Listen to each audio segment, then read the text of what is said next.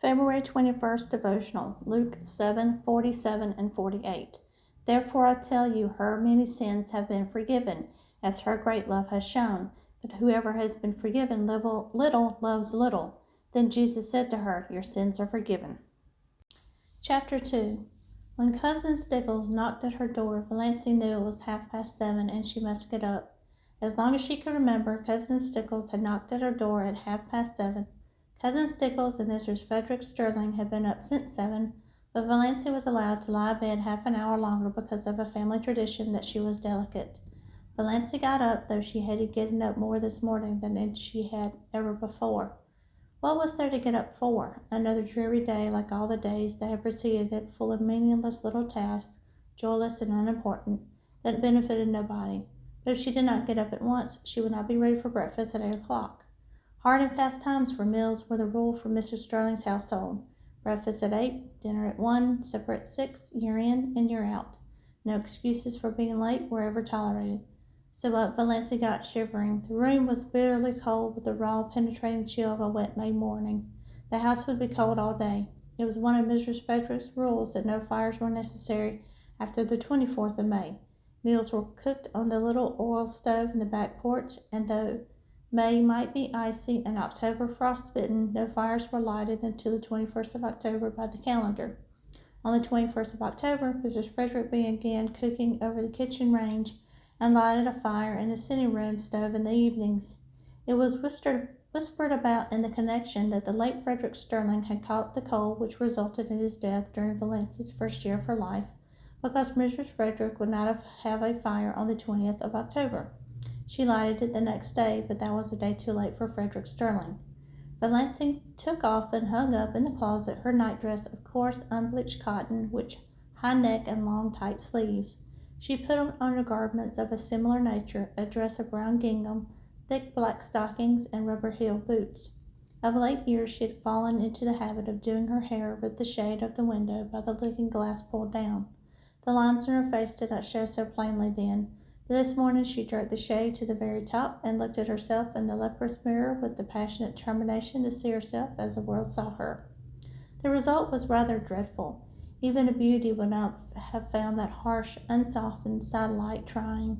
Valancy saw straight black hair, short and thin, always lustreless despite the fact that she gave it 100 strokes of the brush, neither more nor less, every night for her life, and faithfully rubbed red fern's hair vigor into the roots, more lustreless than ever in its morning roughness, fine, straight black brows, a nose she had always felt was too small even for her small three-cornered white face, a small pale mouth that always fell open a trifle over little pointed white teeth, a figure thin and flat-breasted, rather below their average height. She had somehow escaped the family high cheekbones, and her dark brown eyes, too soft and shadowy to be black, had a slant that was almost oriental. Apart from her eyes, she was neither pretty nor ugly, just insignificant looking. She concluded bitterly. How plain the lines around her eyes and mouth were in that merciless light, and never had her narrow white face looked so narrow and so white. She did her hair in a pompadour. Pompadours had long since gone out of fashion, but they always had been in when Valancy first put her hair up, and Aunt Wellington had decided that she must always wear her hair so. It is the only way that becomes you. Your face is so small that you must add height to it by a pompadour effect, said Aunt Wellington, who always enunciated commonplaces as if uttering profound and important truths. Valancy had hankered to do her hair, pulled low over her forehead with puffs above the ears, as Olive was wearing hers. But Aunt Wellington's dictum had such an effect on her that she never dared change her style of hairdressing again. But then there were so many things Valancy never dared to do. All her life she had been afraid of something, she thought bitterly, from the very dawn of recollection, when she had been so horribly afraid of the big black bear that lived, so Cousin Stickles told her, in the close closet under the stairs. And I always will be, I know it, I can't help it. I don't know what it would be like not to be afraid of something. Afraid of her mother's sulky fits, afraid of offending Uncle Benjamin, afraid of becoming a target for Aunt Wellington's contempt, afraid of Aunt Isabel's biting comments, afraid of Uncle James's disapproval, afraid of offending the whole clan's opinions and prejudices, afraid of not keeping up appearances, afraid to say what she really thought of anything, afraid of poverty in her old age. Fear, fear, fear. She could never escape from it. It bound her and enmeshed her like a spider webs of steel. Only in her blue castle could she find the temporary release. And this morning Valencia could not believe she had a blue castle. She would never be able to find it again. 29, unmarried, undesired. What had she to do with the fairy-like chatelaine of the blue castle? She would cut such childish nonsense out of her life forever and face reality unflinchingly. She turned from her unfriendly mirror and looked out. The ugliness of the view always struck her like a blow. The ragged fence, the tumble-down old carriage shop in the next lot, plastered with crude, violently colored advertisements, the grimy railway station below, and the awful derelicts that were always hanging around, even early at this hour. In the pouring rain, everything looked worse than usual, especially the beastly advertisement, "Keep that schoolgirl complexion." Valencia had kept her schoolgirl complexion. That was just the trouble. There was not a gleam of beauty anywhere. Exactly like my life, thought Valencia drearily. Her brief bitterness had passed. She accepted facts as resignedly as she had always accepted them. She was one of the people whom life always passes by. There was no altering that fact. In this mood, Valencia went down to breakfast. Chapter 3. Breakfast was always the same: oatmeal porridge, which Valencia loathed, toast and tea, and 1 teaspoonful of marmalade. Mrs. Frederick thought 2 teaspoons extravagant, but that did not matter to Valencia, who hated marmalade too. The chilly, gloomy little dining room was chillier and gloomier than usual. The rain streamed down outside the window. Departed sterlings and atrocious gilt frames, wider than the pictures, glowered down from the walls, and yet Cousin Sickles wished Valencia many happy returns of the day. "Sit up straight, Doss," was all her mother said. Valencia stood up straight. She talked to her mother and Cousin Stickles of the things they always talked of. She never wondered what would happen if she tried to talk of something else. She knew. Therefore, she never did it. Mrs. Frederick was offended with Providence for sending a rainy day when she wanted to go on a picnic, so she ate her breakfast in a sulky silence for which Valencia was rather grateful. But Christine Stickles went endlessly on as usual, complaining about everything: the weather, the leak in the pantry, the price of oatmeal and butter. Valencia felt at once she had buttered her toast too lavishly, the epidemic of mumps in Deerwood. "Doss will be sure to catch them," she foreboded. "Doss must not go anywhere she is likely to catch mumps," said Mrs. Frederick shortly. Valencia never had mumps, or whooping cough, or chicken pox, or measles, or anything she could have had. Nothing but horrible colds every winter. Doss's winter colds were sort of a tradition in the family. Nothing, it seemed, could prevent her from catching them. Mrs. Frederick and Cousin Stickles did their heroic best. One winter they kept Valencia housed up from November to May in the warm sitting room. She was not allowed to go to church, and Valencia took cold after cold and ended up with bronchitis in June. "None of my family were ever like that," said Mrs. Frederick, implying that she must be a Sterling tendency. "The Sterlings seldom take a cold," said Cousin Stickles resentfully. She had been a Sterling. "I think," said Mrs. Frederick, "that if a person makes up her mind not to have colds, she will not have colds." So that was the trouble. It was all Valencia's own fault.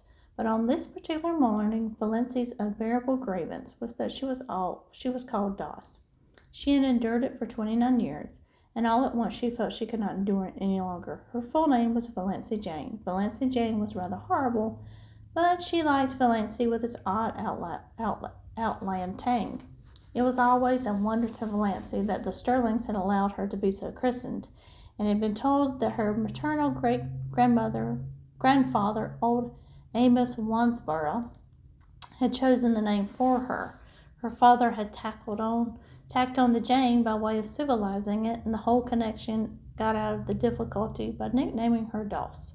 She never got Valencia from anyone but outsiders. "Mother," she said timidly, "would you mind calling me Valencia after this? Doss seems so, I don't like it."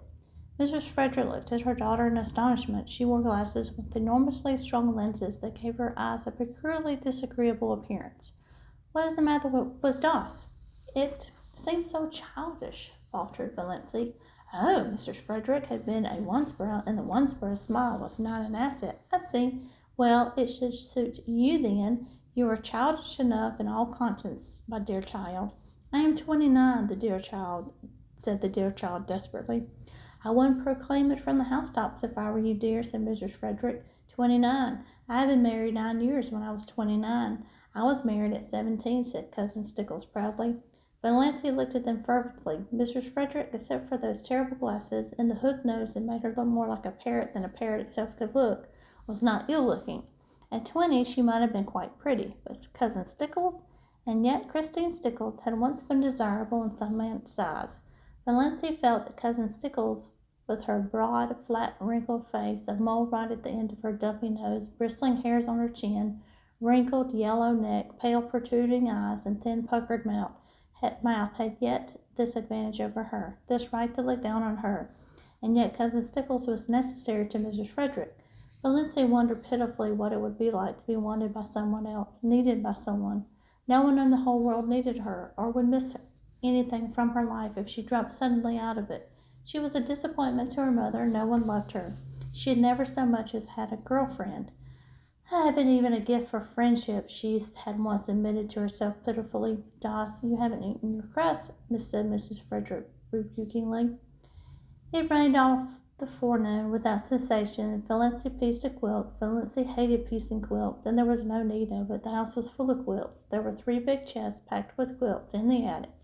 Mrs. Frederick had begun storing away quilts when Valancy was 17, and she kept on storing them, though it did not seem likely that Valancy would ever need them. But Valancy must be at work, and fancy work materials were too expensive. Idleness was a cardinal sin in the Sterling household. When Valancy had been a child, she had been made to write down every night in a small hated black notebook all the minutes she had spent idleness in that day. On Sundays, her mother made her tote them up and pray over them. On this particular forenoon of this day of destiny, Valancy spent only 10 minutes in idleness. At least Mrs. Frederick and Cousin Stickles would have called it idleness. She went to her room to get a better thimble, and she opened the Thistle Harvest guiltily at random. The woods are so human, wrote John Foster, that to know them one must live with them. An occasional saunter through them, keeping to the well-trodden paths, will never admit us to their intimacy. If we wish to be friends, we must seek them out and win them by frequent reverent visits at all hours, by morning, by noon, by night, and at all seasons, in spring and summer, autumn and winter. Otherwise we can never really know them, and any pretense we may make to the contrary will never impose on them. They have their own effective way of keeping aliens at a distance and shutting their hearts to mere casual sightseers. If it was of no use to seek the woods from any motive except sheer love of them, they will find us out at once and hide all their sweet old world secrets from us. But if they know we come to them because we love them, they will be very kind to us and give us such treasures of beauty and delight as are not bought or sold in any marketplace. For the woods, when they give at all, give unstintedly and hold nothing back for their true worshippers. We must go to them lovingly, humbly, patiently, watchfully, and we shall learn what poignant loveliness lurks in the wild places and silent intervals, lying under starshine and sunset, what cadences of unearthly music are harped on aged pine boughs, or crooned in copses of fir, what delicate savors exhale from mosses and ferns in sunny corners, or on damp brooklands, what dreams and myths and legends of an older time haunt them. Then the immortal heart of the woods will beat against ours, and the subtle life will steal into our veins and make us its own forever, so that no matter where we go or how widely we wander, we shall yet be drawn back to the forest to find our most enduring kinship. Doss, called her mother from the hall below, what are you doing all by yourself in that room? Valancy dropped Thistle Harvest like a hot coal and fled downstairs to her patches, but she felt the strained exhilaration of spirit that always came momentarily to her when she dipped into one of John Foster's books.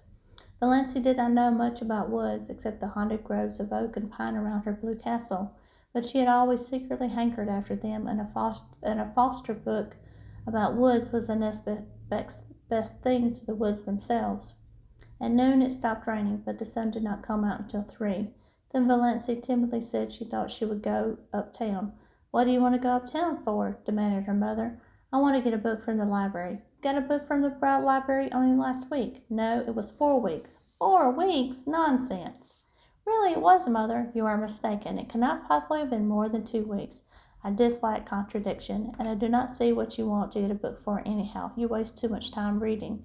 Of what value is my time? Asked Valancy bitterly.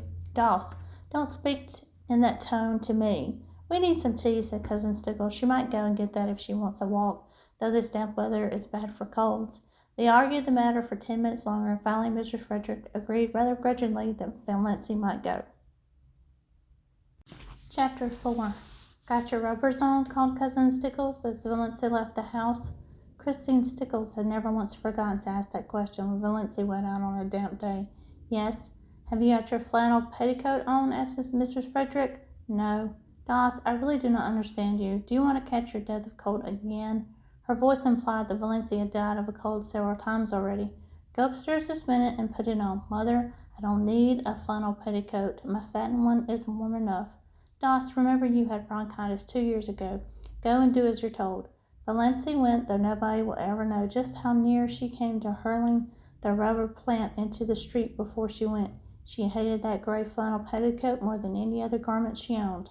Olive never had to wear flannel petticoats. Olive wore ruffled silk and sheer lawn and flimsy lace flounces, but Olive's father had married money, and Olive never had bronchitis, so there you were.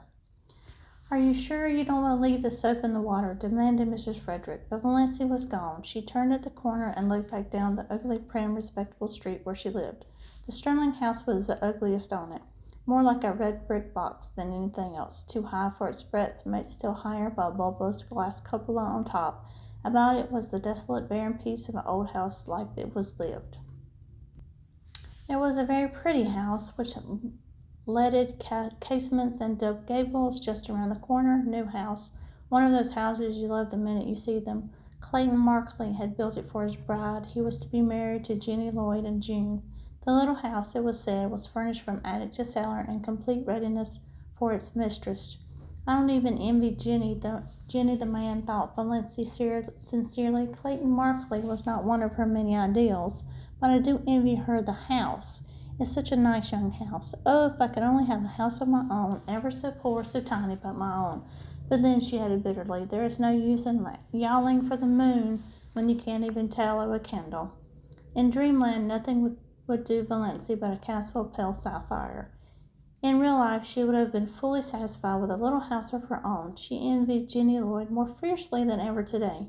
Jenny was not so much better looking than she was, and not so much very much younger.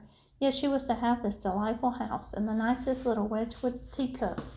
Valency had seen them, an open fireplace, and monogrammed linen, hem-stitched tablecloths, and china closets, which did everything come to girls and nothing to others. It wasn't fair.